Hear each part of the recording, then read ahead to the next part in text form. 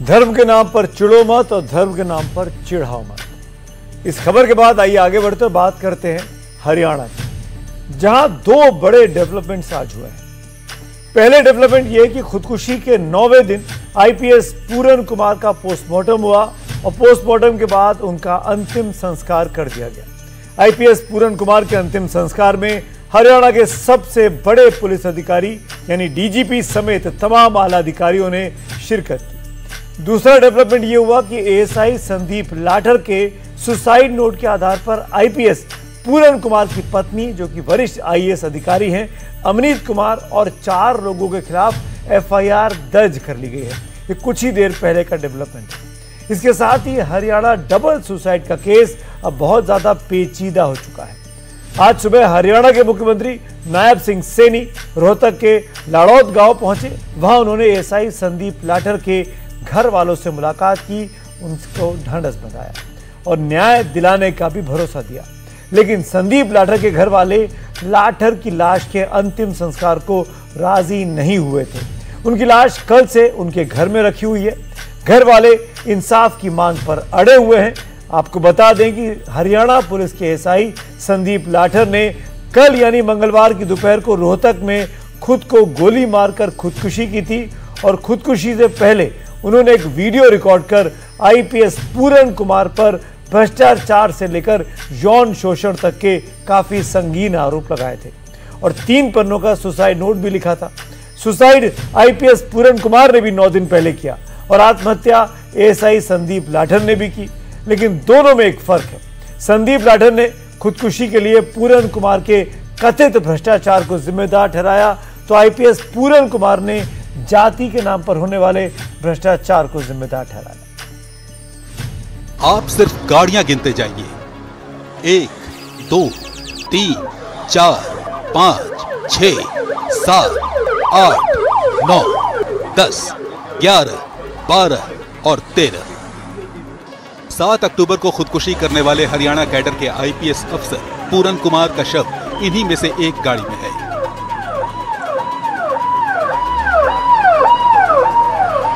इन गाड़ियों की मंजिल थी चंडीगढ़ के सेक्टर 24 का वो बंगला जो दिवंगत आईपीएस अफसर पूरन कुमार को अलॉट किया गया था। इसके करीब 1.5 घंटे बाद यानी दोपहर 3 बजे कोठी से पूरन कुमार की अंतिम यात्रा निकली।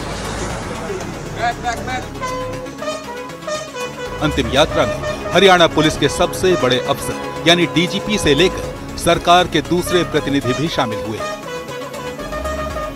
शमशान में पुलिस की टुकड़ी ने पूरन कुमार को सलामी दी और दोनों बेटियों ने मुखाग्नि। सबसे बड़ा सवाल यह है कि आखिर वाई पूरन कुमार ने इतना बड़ा कदम क्यों उठाया, इसके पीछे क्या वजह थी, इसको लेकर चंडीगढ़ पुलिस जांच कर रही है। वहीं दूसरी बात यह है कि रोहतक में जो एएसआई संदीप लाठर ने आत्महत्या की है, उस आत्महत्या का इससे क्या कनेक्शन है, इसको लेकर भी जांच चल रही है। तो फिलहाल कई तरह के सवालों के बीच आईपीएस वाई पूरन कुमार अपनी अंतिम यात्रा पर निकल गए हैं और इस पूरे मामले की जांच जो है चंडीगढ़ पुलिस की एसआईटी कर रही है। हमारे संवाददाता मुकेश सेंगर हरियाणा पुलिस के उन्हीं एएसआई संदीप लाठर का जिक्र कर रहे हैं जिन्होंने आईपीएस पूरन कुमार पर भ्रष्टाचार के संगीन आरोप लगाते हुए खुदकुशी कर ली थी और सुसाइड से पहले के अपने वीडियो संदेश और सुसाइड नोट में 2 लोगों का नाम लिया था। इनमें से एक शराब का कारोबारी है और दूसरे का नाम राव वीरेंद्र है। एएसआई संदीप लाठर ने आरोप लगाया था कि आईपीएस पूरन कुमार ने शराब कारोबारी से 2.5 लाख की वसूली के लिए अपना गनर भेजा, जिसे गिरफ्तार कर लिया गया। एएसआई संदीप लाठर का दूसरा आरोप यह था कि हत्या के एक मामले से राव वीरेंद्र का नाम हटाने के लिए पूरन कुमार ने 50 करोड़ की डील की थी। हम आपको शराब कारोबारी की बातें भी सुनवाएंगे, लेकिन उससे पहले बात उस राव वीरेंद्र की जिसका एएसआई संदीप लाठर ने अपने सुसाइड से पहले नाम लिया था। राव इंद्रजीत हरियाणा का नामी गैंगस्टर है। वो इस समय अमेरिका में छिपा बैठा है। वो जेम्स म्यूजिक नाम की कंपनी का मालिक है और कुख्यात गैंगस्टर हिमांशु भाऊ के लिए काम करता है। हाल ही में उस पर रोहतक में फाइनेंसर मंजीत की हत्या कराने का आरोप लगा था। इसी साल अगस्त में यूट्यूबर एल्विश यादव के घर पर हुई फायरिंग की जिम्मेदारी भी राव इंद्रजीत यादव ने ही ली थी। हरियाणा के सिंगर फाजिलपुरिया पर हमले में राव इंद्रजीत का ही नाम आया था। पूरन कुमार के मामले में इस गैंगस्टर की एंट्री से हरियाणा में हड़कंप मचा है।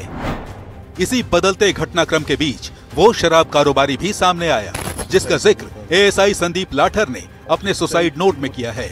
ये शराब कारोबारी भी जांच की मांग कर रहा है। हाँ जी, आप हमें बता सकते हैं कि आपके साथ जो भी घटनाक्रम हुआ है उसकी जानकारी। हम रोहतक के अंदर छोटा सा शराब कारोबार का काम करते हैं और कुछ दिन पहले हमारे पास आईजी ऑफिस से फ़ोन आता है जुलाई के महीने में, जून महीने में, और वहाँ पर हमारे को बुलाया जाता है। जो हमारे को धमकाया गया वहाँ पर बुलाकर और सुशील से मिलने की बात कही गई, भी इनसे मिल लेना और अपना मंथली सुशील को बात कर लेना। सुशील हमारे पास मेरे ऑफिस में आया और दबाव बनाने लगा मेरे ऊपर पैसे देने के लिए, और मैंने उसका एक साक्षात्कार भी अपनी दरखास्त के अंदर वो दे दिया है और धमकाया गया और हमारे को मजबूरन परेशान किया गया, मेंटली फिजिकली टॉर्चर किया गया और हमारे को पहले ही कारोबार में धमकियां मिल रही हैं। इस वजह से हम पूरी तरह से परेशान होने के बाद अपनी दरखास्त दी थाने में जाकर, और दरखास्त देने के बाद अपना इसके ऊपर एफआईआर दर्ज करवाई और हम ये चाहते हैं जी सत्य आधारित जांच हो। एएसआई संदीप लाठर की खुदकुशी के बाद उनके घर वाले आईपीएस अफसर पर लगे गैंगस्टर कनेक्शन समेत उन तमाम आरोपों की जांच की मांग पर अड़े हैं जिनकी बात संदीप के सुसाइड नोट में है। ये कहा जी जो सुसाइड नोट और जो वीडियो क्लिप है उसके आधार पर जो मुकदमा दर्ज और अपना प्रशासन ने अपना आईडी ऊपर करियो।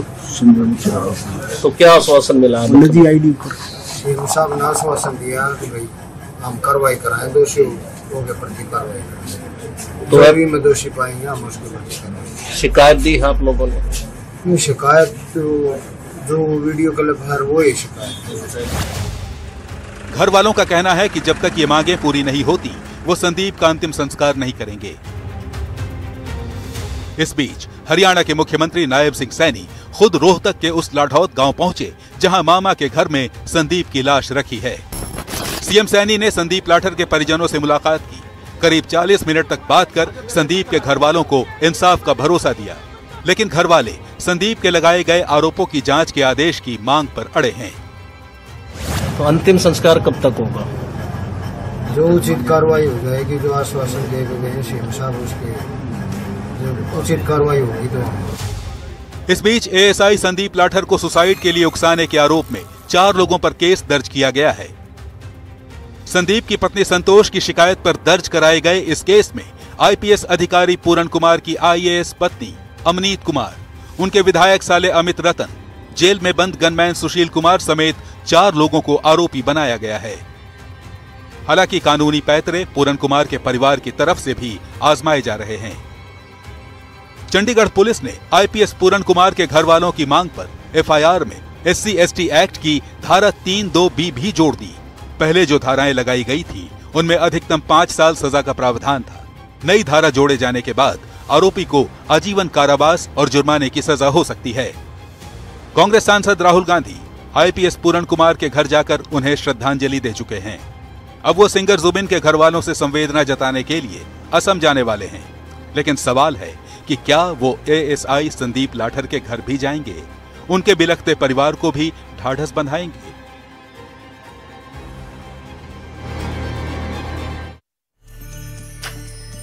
हरियाणा का ये डबल सुसाइड केस सरकार के लिए बड़ी चुनौती बन गया है, क्योंकि आईपीएस पूरन ने जाति को आधार बनाकर आरोप लगाए, उसी आधार पर सरकार ने एक्शन भी लिए।